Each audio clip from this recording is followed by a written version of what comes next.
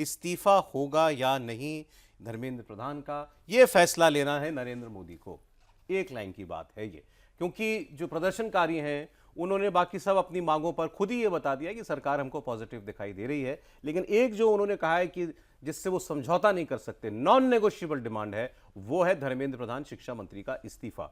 और सरकार ने इस पर उनको जवाब नहीं दिया है। उनका कहना यह है प्रदर्शनकारियों का कि सरकार ने कहा आपको कल बताएंगे, सरकार ने ऐसा भी कुछ नहीं बोला। लेकिन अब कल क्या वाकई सरकार इस पर कोई जवाब उनको देगी? क्या नरेंद्र मोदी इस प्रदर्शन को खत्म करने के लिए, करवाने के लिए अपने मंत्री का इस्तीफा ले लेंगे? ये सारी बातें आज हम देवेंद्र से हम जो हैं वो समझेंगे। और सरकार जिस तरीके से, जिस तेज गति के साथ इस मामले पर आगे बढ़ी है समाधान की तरफ, पॉजिटिव अप्रोच के साथ, सॉफ्ट अप्रोच के साथ, अकोमोडेट करने के लहजे में, वो बड़ा शानदार कल से दिखाई दे रहा है। क्योंकि अभी तक ये लग रहा था कि सरकार बात क्यों नहीं करती, सरकार अपनी शर्तों पर ही अभी भी क्यों अड़ी हुई है। कल से आप देखें प्रधानमंत्री वीडियो बना के अपील करते हैं, वो कहते हैं एक सख्त कानून बनाएंगे, वो सख्त कानून बन के आज कैबिनेट से पास भी हो जाता है, वांगचुक का इस अनशन टूट जाता है।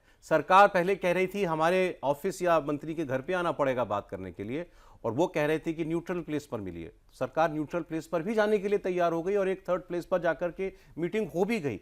इतना सब कुछ अकोमोडेट करने के बाद भी अगर प्रदर्शनकारी नहीं समझते तो क्या बातचीत केवल इस बात पर टूट जाएगी कि इस्तीफा होता है कि नहीं होता है? क्या आपका असेसमेंट क्या है अभी तक की सिचुएशन का? अभी जैसे एक चीज़ देखें, जैसा कि आपने बताया कि उनका ऑफर यह था कि घर या मंत्रालय ऑफिस में हम लोग नहीं जाएंगे, न्यूट्रल प्लेस पे।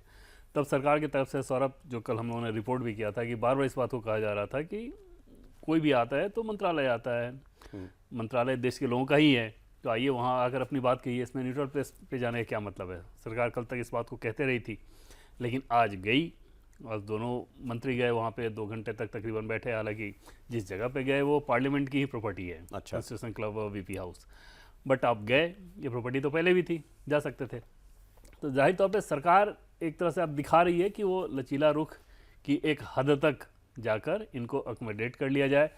जहाँ तक इस्तीफे की बात है सौरभ, आज जब हम लोग बातचीत कर रहे थे तो आज दिन भर लगातार मैंने टटोला, उसमें ये वाला पॉइंट सरकार में या सत्ताधारी पक्ष में अभी तक नज़र बिल्कुल नहीं आ रहा है कि थॉट प्रोसेस में आया हो कि क्या ऐसा किया जाए। क्योंकि सरकार का ये आकलन है कि ये पॉलिटिकली मोटिवेटेड डिमांड है और ये इसलिए लिया जा रहा है ताकि प्रधानमंत्री के ऊपर दबाव दिखाया जा सके, और ये उसके बाद एक परिपाटी बनेगी कि कोई भी कुछ हुआ और फिर आप प्रोटेस्ट करें और फिर उसके बाद कहें कि हाँ ये अमुक मंत्री इस्तीफा दें।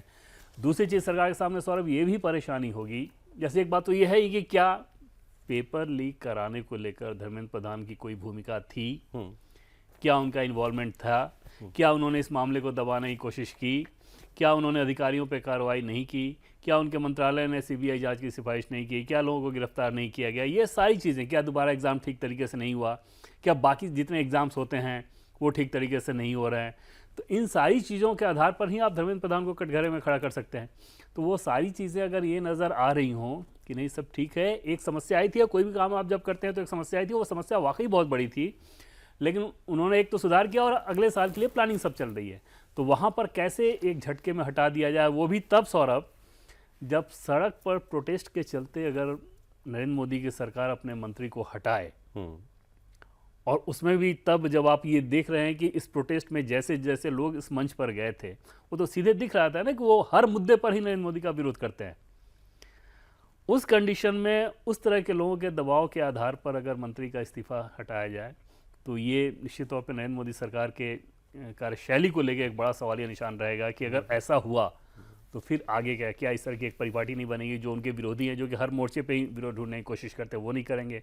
और ध्यान रहे कि ये दबाव पार्लियामेंट का दबाव नहीं है, ये दबाव सड़क पे एक प्रदर्शन हो रहा है और उसका दबाव।